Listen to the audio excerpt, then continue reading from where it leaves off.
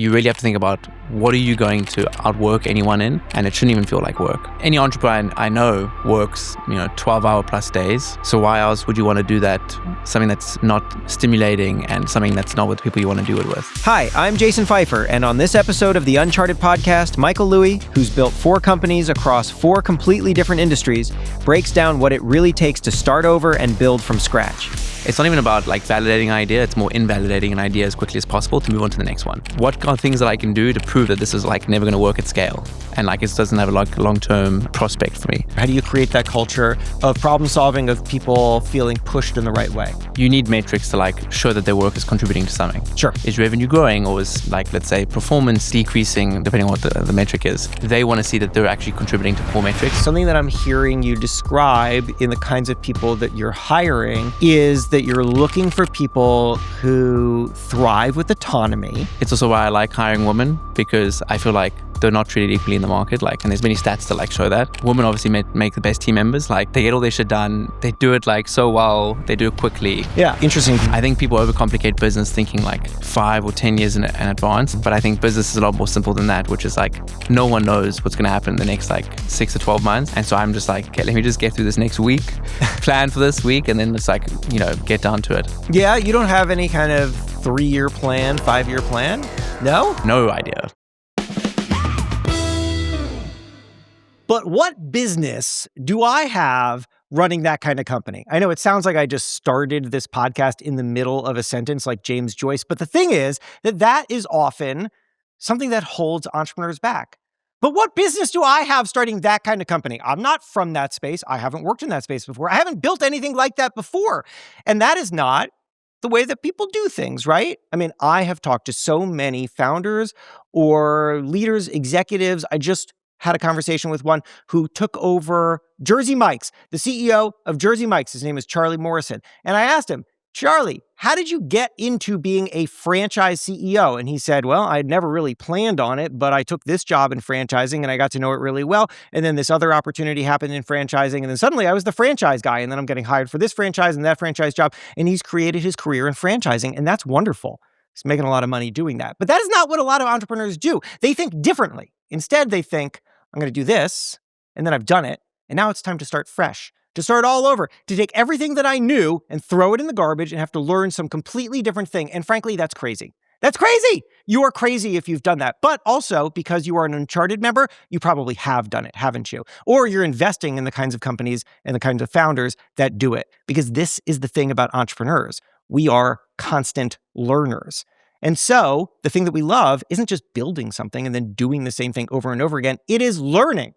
It is growing. It is figuring it out. The figuring it out, hard as it is also the fun. But how do you do it for real? I mean, there's got to be a strategy to this, right? And if you are in that moment, if you relate to these things that I am saying right now, well, then let's talk about it. I'm Jason Feifer. I'm the editor-in-chief of Entrepreneur Magazine, and also I run content at Uncharted, and so I'm an Uncharted member, and the whole point of this podcast is Uncharted members helping other Uncharted members. So there's one in the room right now, and there's you, and we are bringing minds together to help everybody grow. Today, I am with Michael Louie, CEO and founder of Cerebrium, and this is your how many company? Third or fourth. No. Third or fourth. I love it. You don't even know the number. But the thing that you've done is you have jumped around in B2B, in B2C, in AI, in blockchain.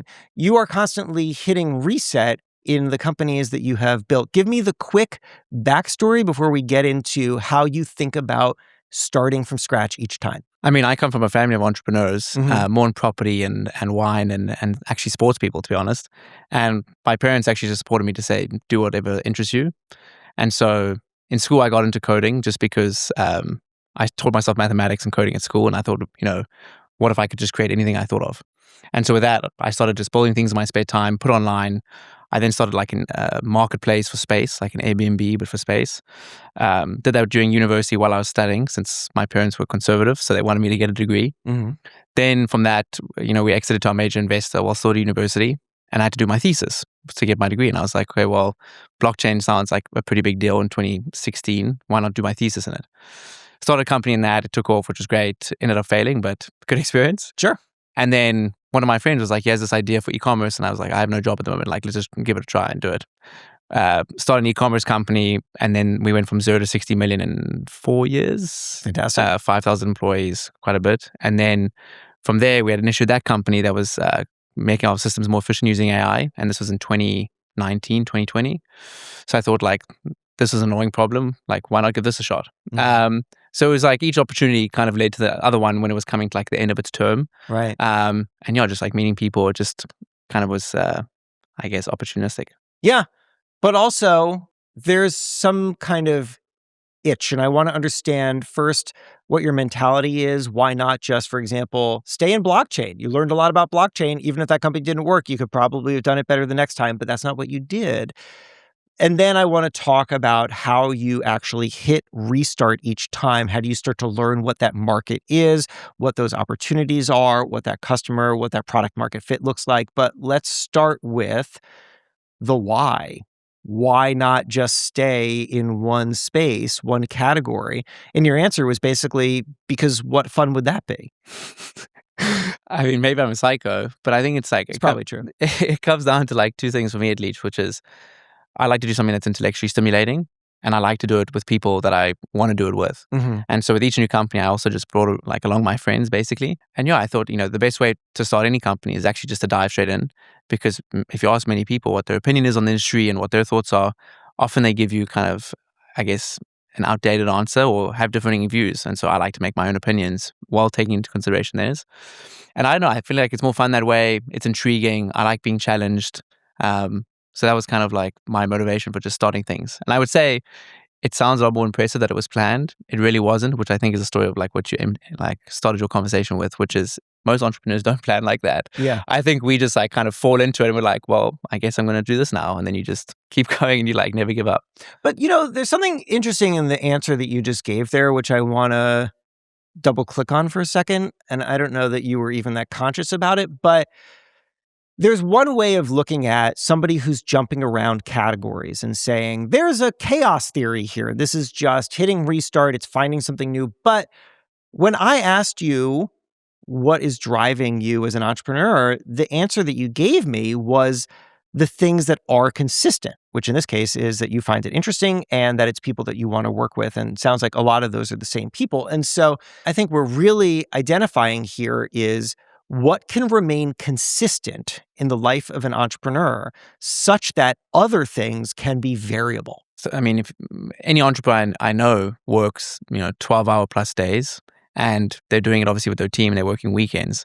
So why else would you want to do that? Something that's not stimulating and something that's not with the people you want to do it with. Mm-hmm. I always, whenever I get questioned by like university students or, young people thinking about their career jump, I always ask them what they do after hours on work, whether like, and sometimes they give me an answer of like, they scroll fashion websites. And I'm like, maybe you should go do something in fashion. I think you really have to think about what are you going to outwork anyone in? And it shouldn't even feel like work. And so I always kind of try like identify what their passion is. And so for me, that's always what it kind of was.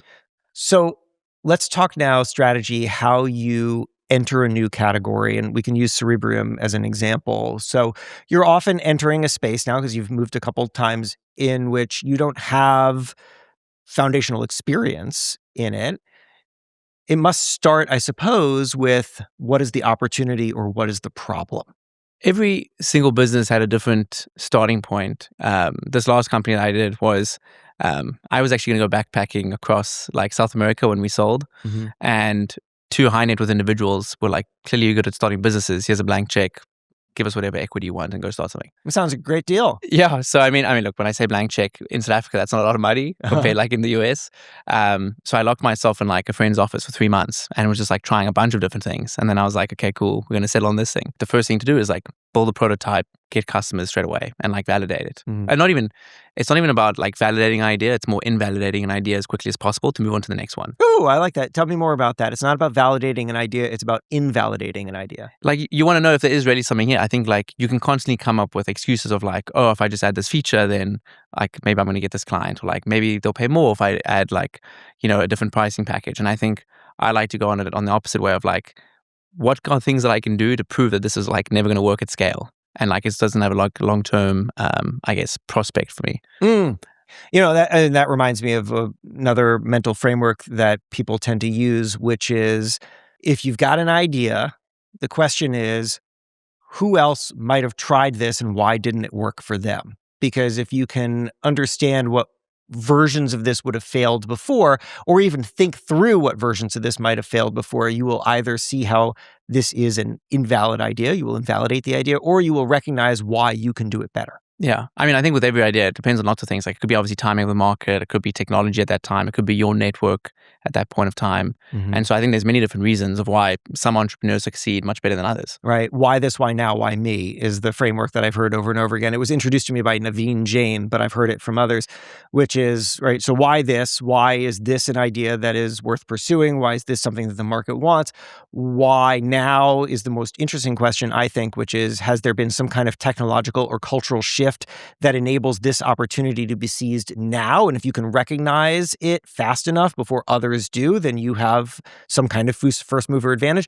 And then why me, of course, is like you said, is it that you bring a unique perspective, a unique network, a unique ability that can actually enable this thing to grow? I mean, not to sound arrogant, but I've never liked that why me. No, I love it. Joe, shoot it down. Tell me why. I just think, I mean, I've just been lucky enough that whatever I do, I'm like, I know I also hate the word outwork someone, because people always tell me they work 120 hours a week. And to be honest, if you work 140 hours a week, you're probably outworking me. But work 120 hours for 5 years all the time, and then you can come chat to me. And so like the why now, why me, it's like, I think if given enough time on a problem, you'll probably figure it out. And so that's why it's like, I don't understand how someone can have relationships that you can't have access to, learnings that you can't have access to with given enough time and effort. So that's why I'm like, why now, why me? And it's like Elon Musk didn't build rockets longer than some researchers and like PhD students, but he still did it. So like, I think it just depends how tenacious you are. So wait, in other words, you're saying why me is not a relevant question because it isn't about whether or not you're special or well-positioned. It's just about whether you can be a bulldozer. I think it's also about your like, what is your motive behind this idea? Because what's going to keep you like on those dark days, which many entrepreneurs have, like keep going. Like, I find if it's money or like fame, it's not going to hold you up in those dark times. You know, is it maybe family? Is it like financial issues? You know, lots of other things that are maybe reasons behind this. Maybe it's like so frustrating that it keeps you up at night because it's not solved. Maybe you lost a family relative to cancer or something that you want to solve it. So I think I always look at the why of like, why is this idea so important to you? And like, what are you willing to go through to complete it? Barbara Corcoran told me that she only invests in founders who have a chip on their shoulder because she does. She'll always tell this story. You'll hear it in a million interviews.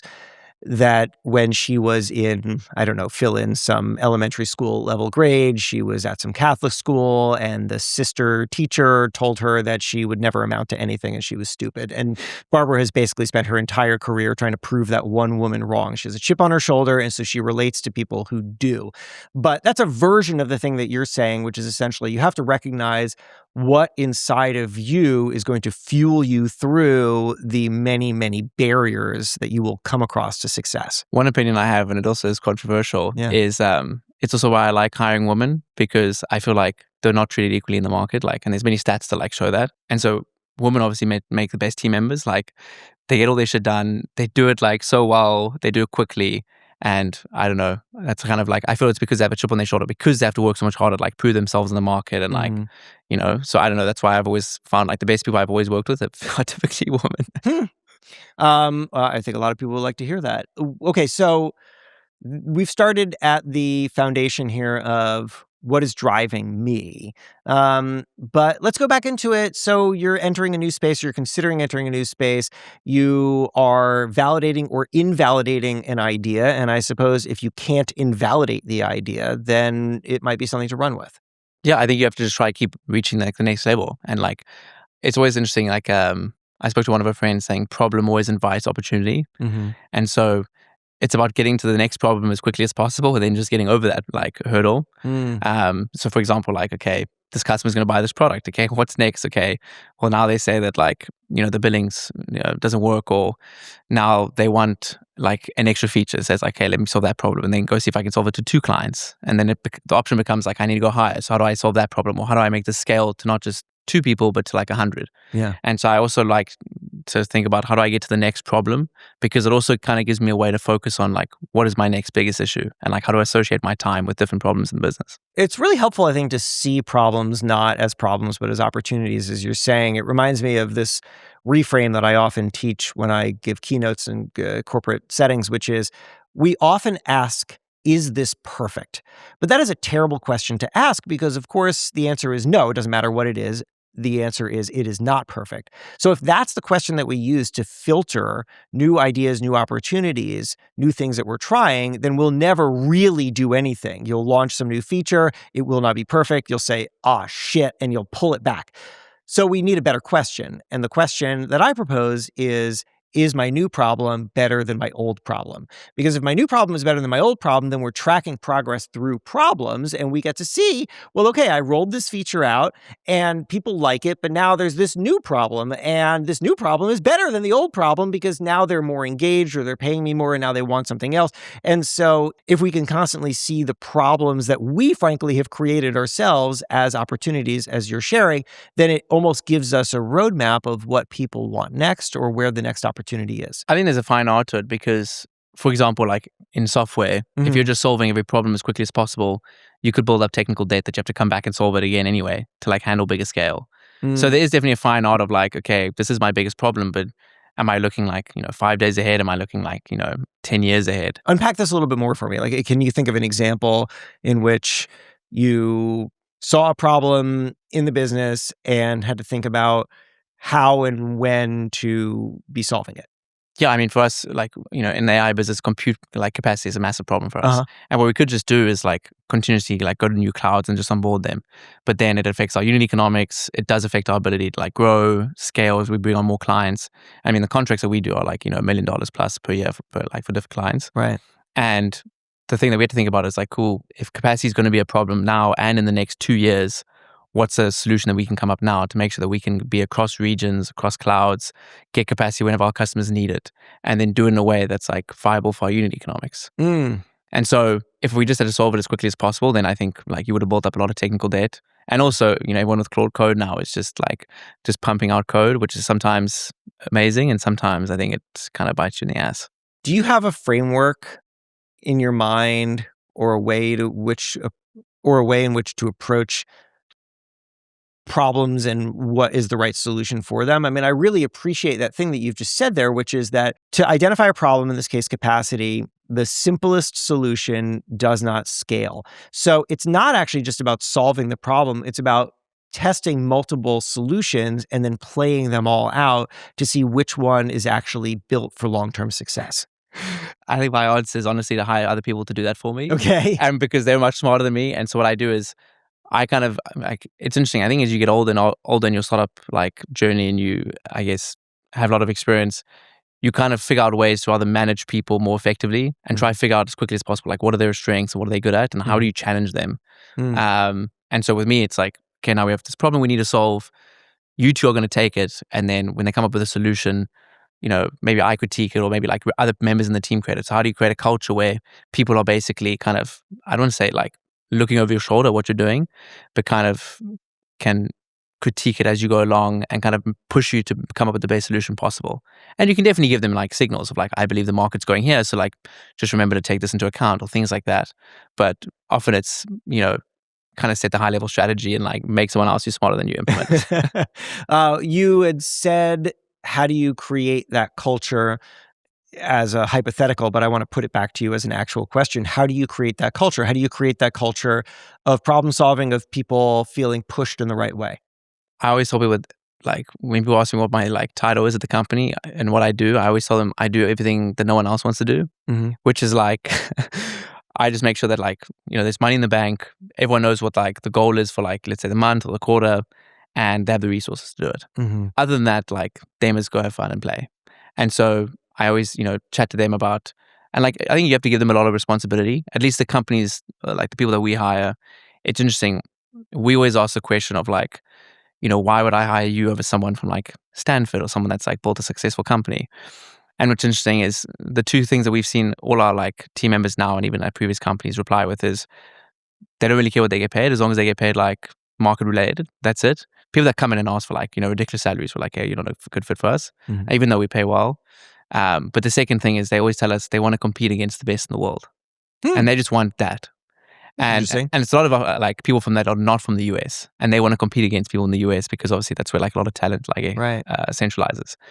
And so for that, it's like, okay, like you're clearly got your own ambitions. Like here's the resources to go and do that, and like kind of build the best product possible. So we give a lot of responsibility, and like I think you also just say like companies are like everyone has a life outside of work. And so work around that. So for example, like if you want to take a Friday off because you're feeling burnt out, take a Friday off and like make up for time on the weekend. Yeah. So you kind of just give them a lot of trust. And sometimes for some people that doesn't work, but for the right fit it does, at least in our culture. It's funny because what you're describing is in many ways the chip on a shoulder kind of thing that I brought up with Barbara Corcoran, but writ large throughout every employee that you hire. Yeah, basically. And then something else that I just want to point out there is something that I'm hearing you describe in the kinds of people that you're hiring is that you're looking for people who thrive with autonomy, and then you are offering environments in which you're allowing for that autonomy, and in which you're also seeking people who want to feel and display incredible competence. And the reason I'm choosing those words is because those are 2 out of the 3 of the most basic needs that we have based on this thing called self-determination theory, which is a psychological concept popularized in the 1980s.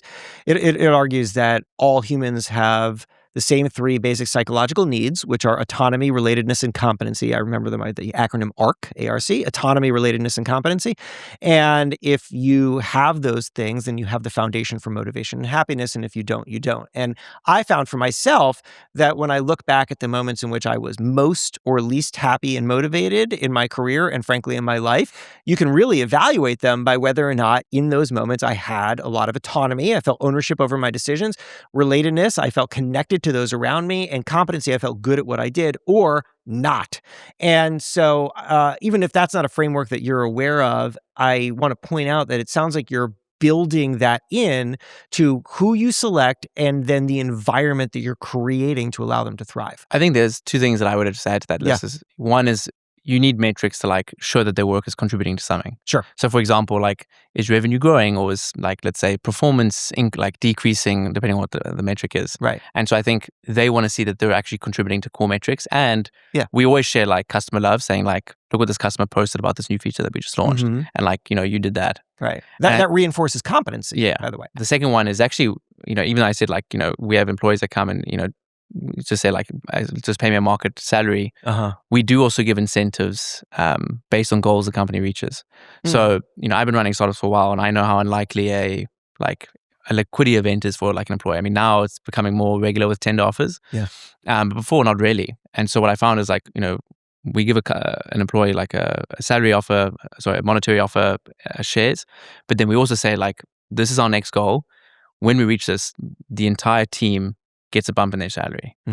And the reason we do that is because my goal is not to keep hiring. Because usually when people hit a revenue goal, they just hire like another employee and someone in a full position. For me, the most important thing is retaining talent. So what I first do is, cool, we hit the revenue goal. Let me first increase salaries of everyone in my team. And then like, okay, do we go higher now, and who can we hire? And what's nice is, again, it's like they see their work actually contributing to that goal, and they have something to work towards. And again, the nature of people we hire is they are competitive, and, it feels good if you just get that like win basically under your belt. All right. So I'm thinking back to the foundational layers that we've laid here, right? Which is evaluating the opportunity and then also building this right team and this right culture. And I'd love to hear you talk about how you are acclimating to different categories and maybe understanding what makes a company thrive, or how to understand what product market fit looks like in a different category. Is that any different than whatever you had built in a previous category? Do you feel like there's a learning curve? I mean, there's definitely a learning curve with each one, but I think the way that I get like acclimated to it is it's relationships. It's funny. I feel like a lot of entrepreneurs don't really speak about it, but for me, it's like, who can I meet in this field that's the best at what they do? Who can I meet that's like already a leader, let's say, or like an adjacent company that has so much influence on the sector? For example, that like maybe we can form a partnership with, and like, that can be like a distribution channel for us. And so often I spend time, and what's interesting about relationships is I never go into them thinking like, oh, what can I get from this person? I try always look for something that like I'm authentically attracted to, that I can spend time with them, and then like hopefully it comes. But if I can just learn from them just by like going to dinners and stuff, that's enough for me, to be honest. Yeah. You're just trying to position yourself for future uncharted dinners here, aren't you? Yeah. I mean, the omakase is good if you've been to us. Yeah. But yeah, so I think it's just relationships are a big thing for me, because that's how I actually learn a lot. And then from that, they can introduce you to someone else, and they can introduce you to someone else. And I've just seen time and time again in business, your product can be 30% worse than like your closest competitor. But if you have that relationship, your product's gonna get like chosen. And it makes it so difficult for someone else to like kind of enter that market for you. Yeah. And I think it just helps with like growth as well and learning. So I think that's just the way that I've like, I guess, one, got into growth very quickly in many different markets, but then two is also hired talent, and then three, just learned about industry. Do you have any tactics or conscious strategies of building and managing a network? And I ask that because I don't, and I feel like I should. Instead, I feel like I just am able to keep in touch with whoever happens to be top of mind. I started this is going to sound embarrassing, but I started this spreadsheet that I call Good Contacts. And Good Contacts has a million different tabs on the bottom of it. It's like media and founders and personalities and whatever. They start to overlap with each other. And that was my effort at capturing and organizing all the people that I meet. And then my intention was to consistently go back through it and make sure that I'm keeping up with folks so that they don't either disappear and we eventually forget who each other are, or the only time I reach out to somebody is when I need something from them, which of course is the time in which they don't want to hear from you. And unless, of course, you've built that relationship, in which point it just feels natural and organic. I don't have a system, which I'm frustrated with, because I'm in a position to meet a lot of people. And I'm curious, given how central you see relationships to growing businesses, if you have a better system than me. I think everyone's different. Like for my example, my dad, he's the most affectionate person on the Southern Hemisphere. And he like sits and texts people like for 2 hours every day, just like saying like, I thought of you and like, how are you? And he honestly does it, but not because he wants anything, just because like he enjoys it. Yeah. I could never do that.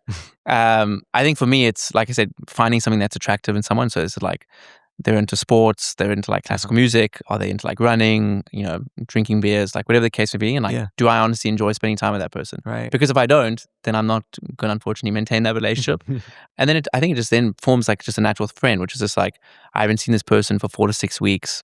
Let me reach out. Or like sometimes you see them post on LinkedIn, or maybe they're in TechCrunch, whatever the case may be. Yeah. And then it's just like, hey, we should catch up and like see what's going on. And so I've just kind of tried to find something that's more natural to me, which I would say is like either dinners like on a Thursday or Friday, or like lunches, like walks in the park, or exercise. Yeah. And like, so it's maybe it's a little bit selfish because I'm trying to fit them into like my schedule of like maybe what I want in terms of exercise. But I mean, if they enjoy it too, then maybe it's a win-win. No, I think that's great. It's funny. I was just talking to someone who had made a New Year's resolution to see more people, see more friends, right? She's very busy with work and it's been hard. And then she had this revelation, which is, and I love this, she thought, what did we do in our 20s before life was like really complicated? And she was like, what we would do is we just kind of hung out and tagged along to each other's chores. I mean, remember that? I would do that. We're just like, oh, what are you doing? I got to go to the store. I'll just come with you. And then we would go together and we'd be able to catch up while somebody was accomplishing something. And there was just no barriers in our 20s. And then that stopped for some reason. And I don't really know why, but it seemed like weird to then invite somebody to go on a drive with you because you've got to go somewhere. Maybe because it almost feels like it's making them a secondary priority. But she said, I'm actually going to just invite people along my thing. Like if I've got to drive somewhere and I got to drive up 50 minutes and then drive back 50 minutes, well, my friend should be in the car with me, and then this would be a good opportunity to catch up. So she just started doing this and she has loved it. And it's so unique, and she's been able to connect with all these people or reconnect with them. And I've been thinking a lot about that, about how we have these structures in our lives that we think of as uni-purpose, but actually can be dual purpose. And so in the way in which you just said, well, look, maybe it's a little selfish because this is my schedule and I'm having people bend to my schedule. Maybe actually that's the thing everyone should be doing. Well, I mean, I try to accommodate them, and I don't mind. Nice. I don't mind doing the chore thing unless it's moving someone's apartment in New York City, because that's like the worst thing. No, we're too old for that. Absolutely not. Yeah. But I think that's great. Okay, so we're laying out some kind of foundational things here, and I just like continuing to rethink. So it's like, we've got validating or invalidating an idea, we've got building a team, we've got building the right relationships. What else do you think is really core to you, maybe as you think about building your current company, and what's really made the difference? I think a lot of entrepreneurs go into with like an exit strategy, which I've never thought about business like that. And, you really have to think about the right opportunity. People always ask me like, would you sell? Or like, are you looking to sell? And it's more just like, is this the next stage of my journey? Like, am I losing interest? Is it a good deal? Can I reach the goal that I set out to originally do? Because sometimes like, I know I kind of use the analogy of, I don't know if you remember, Elon used to post like SpaceX public files of like how they built their rockets online. No. And he said how he didn't mind doing that because his mission was to get to Mars, and he didn't care if it was his company or someone else's, which is a very interesting take. And so sometimes like when I'm not sure I believe it, but okay, yeah. It's a nice line. I don't know if he does it anymore, but I think he used to do it in the he past. has more incendiary things to post now. So I think don't go for it like an exit strategy from the get-go. I think like, again, just focus on like the next big problem and take it every day as it comes. I think people overcomplicate business thinking like 5 or 10 years in advance. And I think as a CEO, depending on the market, yes, there's definitely considerations you have to do.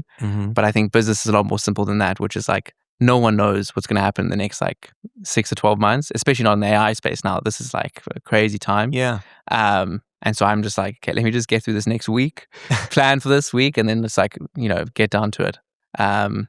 And then obviously you start placing like little bets for like the future, like hoping that they pay off. Yeah. But I don't think we do anything like, or at least I've never done something grandiose being like, in 3 years' time, it's definitely like going to happen. Yeah, you don't have any kind of 3-year plan, 5-year plan? No? No, I mean, look, we started this company in 2021, and we knew AI was going to be in every single business. And that was like our original thesis. And like, what's funny is this is the second time it happened to me, because like ChatGPT was released a year later. And then obviously from then, like our business just catapulted. With my previous e-commerce business, we started it was a home delivery business, like an Instacart. And a year later, COVID happened.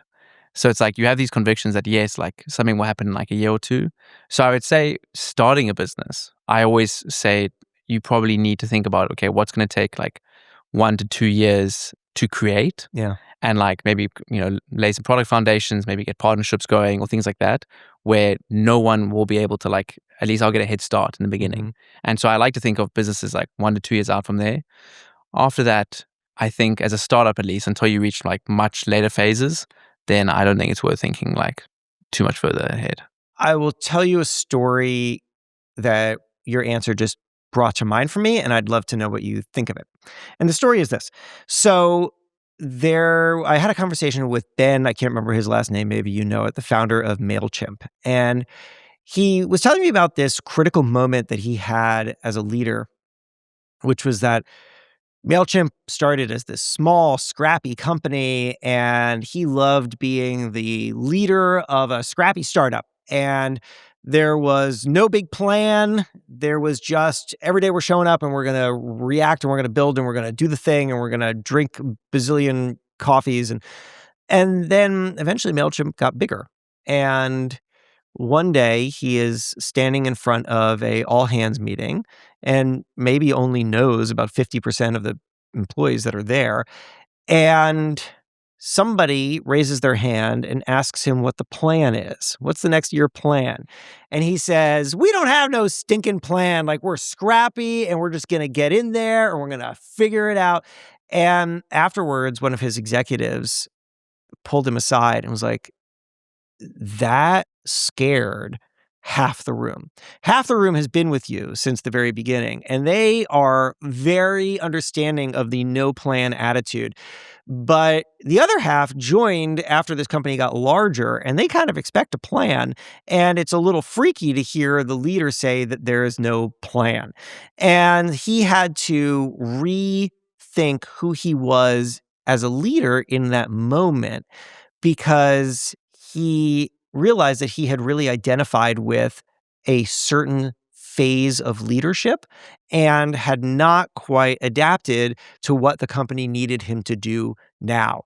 So it's interesting to talk to you about this because, of course, you've grown a very significant company, and now you're kind of more in started in 2021, so it's not a fresh startup, but you're still in like scrappy, build fast mode, and so you've got to play both roles, and you've probably evolved and changed as a leader to match whatever the moment is. And so I'd love to hear you talk about how you figure out what your role is or what people need from you at these different stages. When you talk to like any veteran in any industry, they always tell you like, oh, this is how things have always been done. And like I mentioned in the beginning, it's like, I definitely listen to all of that and I digest it. Yeah. But I like to kind of figure out myself and be like, oh, they were 100% right. Or like, I don't necessarily agree with that. And also like, businesses are different, timing's different, like we said in markets. Yeah. And I think for me, like I mentioned, getting to the product the next problem as quickly as possible, that's an indicator of me for like what we need to solve next. And so I don't have like a mystic ball. My mystic ball is like, what is the customer's problem and like how are we going to solve that? And I think what's interesting is, so that was what we always did in the e-commerce business.